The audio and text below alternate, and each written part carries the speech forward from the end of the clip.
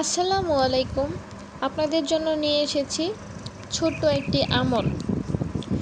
সেটা হচ্ছে প্রতিদিন ঘুম থেকে উঠে ২১ বার চোখ বন্ধ করে ইয়া মুক্তাদিরু পাঠ করলে মনের আশা পূরণ হবে। তো চলুন প্রতিদিন আমরা ঘুম থেকে উঠে ২১ বার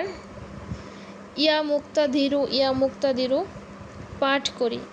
ইনশাল্লাহ আমাদের সকলের মনের আশা আল্লাহ তাআলা পূরণ করে দিবেন। অবশ্যই আমার চ্যানেলটা সাবস্ক্রাইব করবেন, লাইক কমেন্ট করে আমাকে সাপোর্ট করবেন। আমি রেগুলার আপনাদেরকে ভালো কিছু দেওয়ার চেষ্টা করব ইনশাল্লাহ। সবাই দোয়া করবেন আমার জন্য। সবার জন্য শুভকামনা রইল। আল্লাহ হাফেজ। আসসালামু আলাইকুম। সকলের সুস্বাস্থ্য কামনা করে আমার এই ভিডিওটি শেষ করছি।